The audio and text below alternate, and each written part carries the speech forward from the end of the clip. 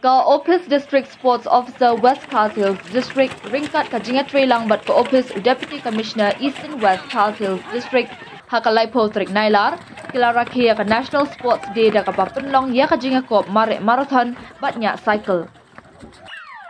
Kani kajinga kop ka sedang hakmat ka Office Trekam UDC Mairang bat ya ka lama lakawe da ki ADC ka Eastern West pakentup ya uba MDing do bat ba Nongbri. Baro ar kejinga kop lapia ha ki ar benta kata senior ba junior shenrang bat kentai. Ha kejinga kop marathon na benta ki senior kalong 10 kilometer bat junior kalong 1 kilometer. Ha kejinga kop nyak cycle na benta ki senior kalong 1 kilometer bat na benta ke kerdan junior 10 kilometer. Ha kajinga langsam kusnam uba Nongbri ula penpa ko jing ngokmen bandan benta ha kani kasngi bat ula kentu ya barok kinonga shim benta ban beteng ya ki kam yalek kai sports na marka sports ka penlong ya ubri ban kia kerat. Ini competition kindai bagi ong ba islong competition tang mata kasngi baking kuno enrai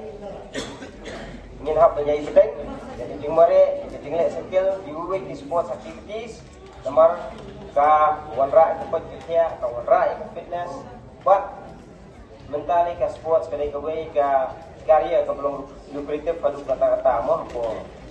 hapo ka posai ni sukuman sibun banyak kini hybrid di barang newsnam mo di balong kita di future champions di balong kita kani ke district jungi de hak kecingele dan kibarem dan kibejok dan kibarem ini congratulate yo paro kibejok ni congratulate yo paro kibala isim benta nomor tangban mi madat bila ada dai lepa kinongjok ni congratulate itu kibomjok benta kenti jenang ini apa next time ban ai ka ba kambah syuti give your level best ba pin job ya kani ka program maksudnya akan ini program lu nila ya collaborate lang buat ka district election office sang ni kumba long mata nomor misudu bapi kumki youth semua kena dan selalu kita future voter sagawai kesni dia dapat paling jopi hang ni iban sa kenjo kelas 6 lani kibla dat pon kenjo kelas 6 di bangpat don yang ke efek jopi ngau ha ban ya kendu ya ubud level officer lani UBLO bapu pedrong tertai.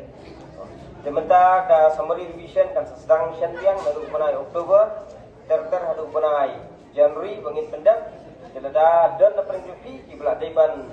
yo iki efek ngau habat pendap yang dipertai di ni ai play session ya ka sports office dan Noston ke belak Shimkia bat pelong ini competition but saya sing congratulate each and every one of you di belak pelong ya gani program mentah kasni a great success. Pangi kentian bakendian, play shibun, nang syait nang syakrat, but nang continue, kemare, kayak ball, but cycling, but do it is quite activities. Stay fit and stay healthy. Play shibun.